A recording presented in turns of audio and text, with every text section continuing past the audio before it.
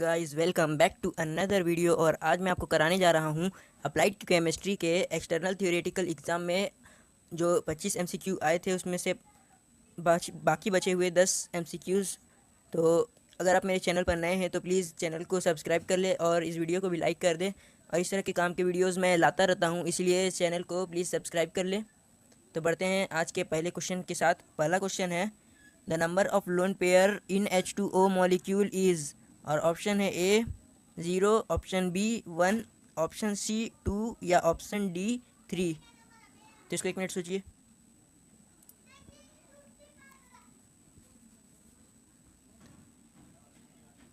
तो इसका जो कॉन्सेप्ट है वो मैं बताता हूँ। लोन पेयर का मतलब वो बचा हुआ इलेक्ट्रॉन जिसका यूज़ बॉन्ड बनाने में नहीं हुआ है। ऑक्सीजन का जो एटॉमिक नंबर है वो है 8। क्योंकि पहला सेल में 2 इलेक्ट्रॉन रहता है, इसलिए सिर्फ 8 में से 6 इलेक्ट्रॉन ही बाहर के सेल में रहता है। तो वो इस तरह से होता है। ये मान लीजिए ऑक्सीजन का एक एटम है और इसमें 6 इलेक्ट्रॉन इस तरह से हैं, 3 4, एक यहाँ 5, एक यहाँ 6। और अब एक हाइड्रोजन का एटम बनाते हैं। हाइड्रोजन के इलेक्ट्रॉन को मैं इस तरह से प्रदर्शित करता हूँ।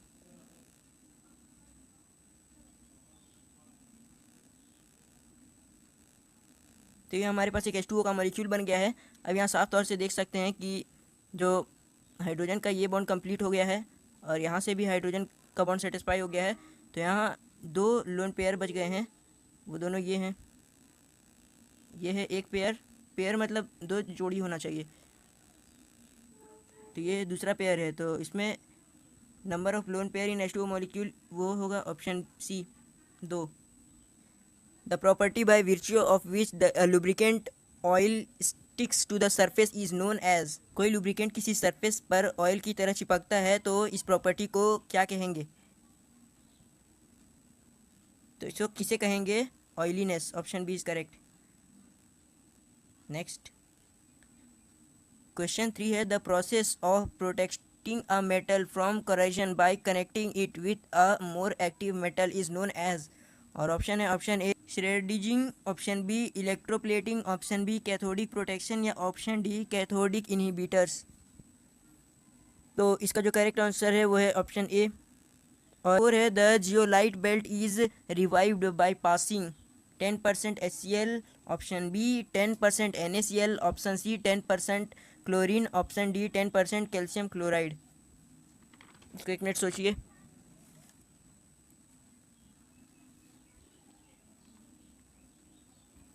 इसका जो करेक्ट आंसर है वो है option B 10% NaCl। Next question 5 composition of water gas is. और ऑप्शन है ए CO प्लस N2 यानी कि carbon monoxide plus nitrogen, option B carbon monoxide plus hydrogen, option C methane plus carbon dioxide और option D methane plus hydrogen. तो इसको 1 minute सोचिए।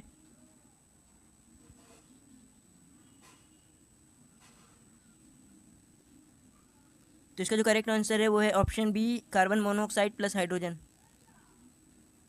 और water gas तो हो गया। आगे इस तरह से पूछ सकता है coal gas, what is coal gas. तो coal gas is a mixture of hydrogen, methane and carbon monoxide. और ये इस तरह का ऑप्शन हो सकता है, ये वाला मेन है, इसको आप याद करिएगा। बढ़ते हैं next question 6 number of electron present in d orbital of Fe3+ is. और ऑप्शन है A 4, option B 5, option C 6, option D 7। तो इसको 1 मिनट सोचिए।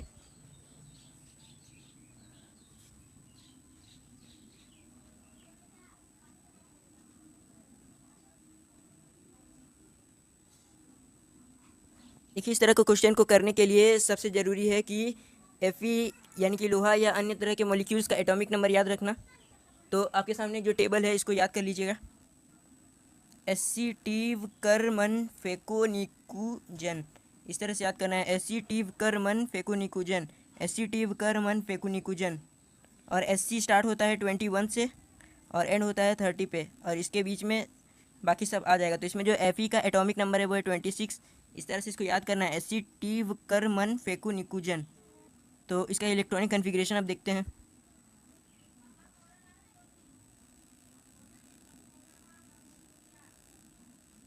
Fe26 argon 18। उसके बाद जो इलेक्ट्रॉन जाता है वो जाता है 3D6S2।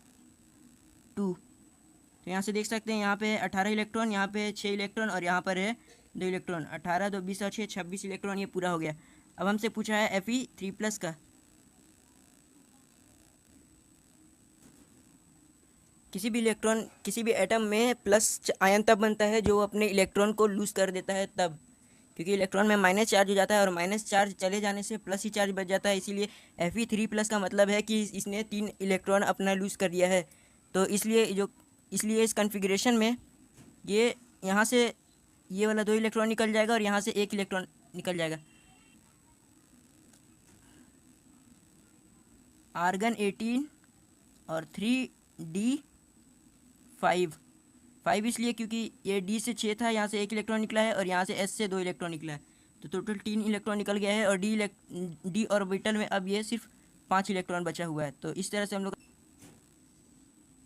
Which of the following is not a vulcanising agent, और ऑप्शन है S यानी कि sulphur, option B sulphur dioxide, option C silicon oxide और ऑप्शन D सल्फर डाइऑक्साइड और क्लोरीन गैस। इसको 1 मिनट सोचिए।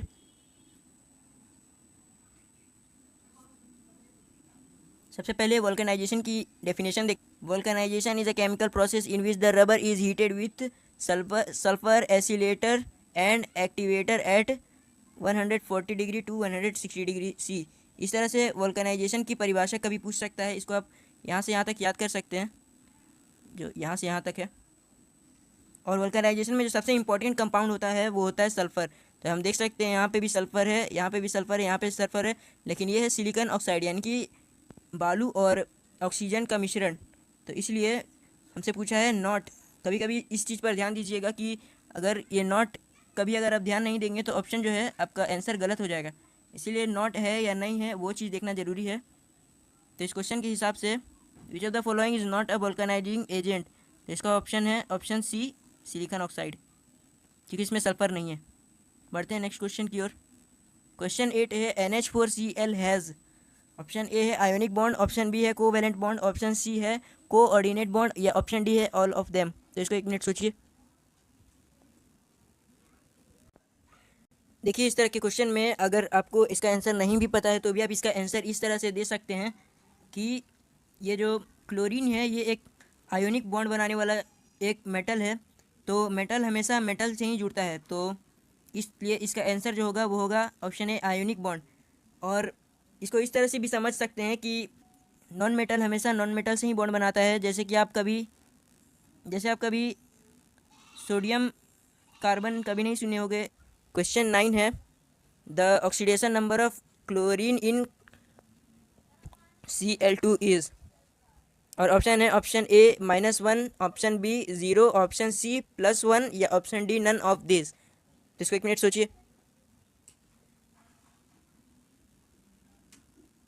तो इसका जो करेक्ट आंसर है वो है, पहले इसके पीछे का कॉन्सेप्ट को बताता हूँ कि मान लीजिए जो एटम होते हैं, एटम उसका कुछ ना कुछ ऑक्सीडेशन स्टेट होता है, लेकिन जब कोई दो एटम जब एक ही कंपाउंड के 2 एटम आपस में जुड़े हुए होते हैं, इस तरह से Cl2 या F2 या O2, तो उसका ऑक्सीडेशन स्टेट हमेशा 0 आता है, क्योंकि वो स्टेबल हो जाते हैं और एक मॉलिक्यूल कहलाने लगते हैं। ये असल में एक एटम है लेकिन ये एक मॉलिक्यूल है, और मॉलिक्यूल का ऑक्सीडेशन नंबर हमेशा 0 होता है। इस बात को हमेशा ध्यान में रखिएगा, ये एक इंपॉर्टेंट पॉइंट था। मॉलिक्यूल का हमेशा ऑक्सीडेशन स्टेट 0 होता है। बढ़ते हैं नेक्स्ट क्वेश्चन की ओर। क्वेश्चन नंबर 10 है which one is the an example of a buffer solution, और ऑप्शन है option A NH4Cl plus NaOH, option B है NaOH plus NaCl, option C है NaOH प्लस NaCl, और ऑप्शन डी है NH4Cl और CH3COOH। तो इसका जो करेक्ट ऑप्शन है वो है ऑप्शन डी, क्योंकि इसमें ये जो OH है ये एक वीक बेस है और NH4Cl एक स्ट्रॉन्ग एसिड है, इसलिए एक बफर सॉल्यूशन हो गया। तो इस तरह के काम के वीडियोज़ मैं लाता रहता हूँ। उम्मीद है आपको ये वीडियो आज पसंद आई होगी, और अगर पसंद आई है तो प्लीज़ चैनल को सब्सक्राइब कर दें और वीडियो को लाइक कर दें। Thank you.